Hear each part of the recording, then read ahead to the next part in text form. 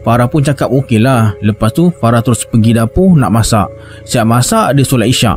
Lepas makan, Farah pergi basuh pinggan dekat sinki.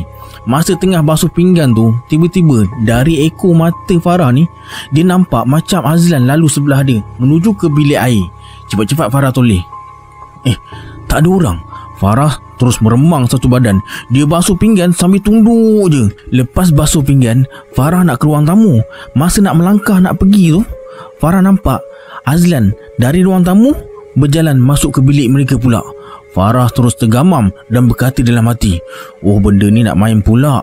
Lepas tu Farah terdengar benda tu kata balik, siapa yang nak main-main dengan kau?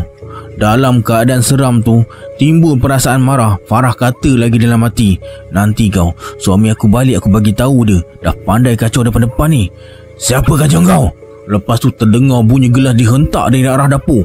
Farah tengok dekat dapur, memang ada gelas atas meja. Dalam gelas tu ada air. Air dalam gelas tu pula berguncang. Siapa pula letak gelas atas meja ni? Farah dah siap basuh dah tadi. Cepat-cepat Farah ke ruang tamu. Baru je dia nak duduk atas sofa, Farah dengar ada orang bagi salam. Masa tu baru pukul 9 lebih. Azlan kata dia balik dalam pukul 11 lebih. 9 ke 11 ni? Farah dengar orang bagi salam lagi, tapi mulut dia berat nak jawab. Farah terus berzikir. Sambil berzikir tu, dia intai ikut sliding door. Memang tak ada orang dekat luar.